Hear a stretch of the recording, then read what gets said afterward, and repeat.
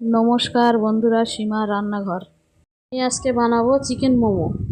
বাঁধাকপিটা কুচিয়ে নিলাম, পেঁয়াজ কুচিয়ে নিলাম, আদা কুচিয়ে নিলাম, রসুন কুচিয়ে নিলাম, কাঁচা লঙ্কা কুচিয়ে নিলাম, ধনেপাতা কুচিয়ে নিলাম। মাংসটা ছোট ছোট করে কেটে নিলাম। কড়া বসালাম, রিফাইন তেল দিলাম, পেঁয়াজ দিলাম, রসুন দিলাম, আদা দিলাম, কাঁচা লঙ্কা দিলাম, মাংস দিলাম, ভেজে নিলাম। বাঁধাকপিটা দিয়ে দিলাম, নাড়াচাড়া করে নিলাম। লবণ দিলাম, হলুদ দিলাম, লঙ্কার গুঁড়ো দিলাম, জিরের গুঁড়ো দিলাম, ধনিয়া গুঁড়ো দিলাম, গোলমরিচের গুঁড়ো দিলাম।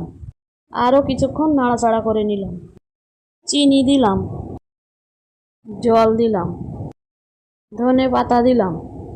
আরও কিছুক্ষণ ভেজে নিলাম। নামিয়ে নিলাম। একটা পাত্রে ময়দা নিলাম, লবণ দিলাম, রিফাইন তেল দিলাম, জল দিলাম। ময়দাটা মেখে নিলাম। ছোট ছোট করে লেচি কেটে নিলাম।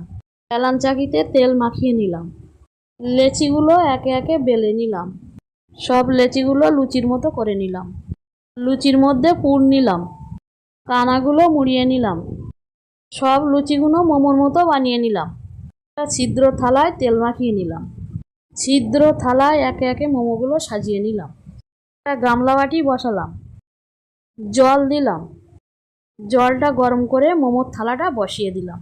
মোমোর থালাটা ঢেকে দিলাম। বেশ কিছুক্ষণ ভাপিয়ে নিলাম। মোমোটা নামিয়ে নিলাম। বাটিতে সস নিলাম। ভিতরে কেমন হয়েছে ভেঙে দেখালাম।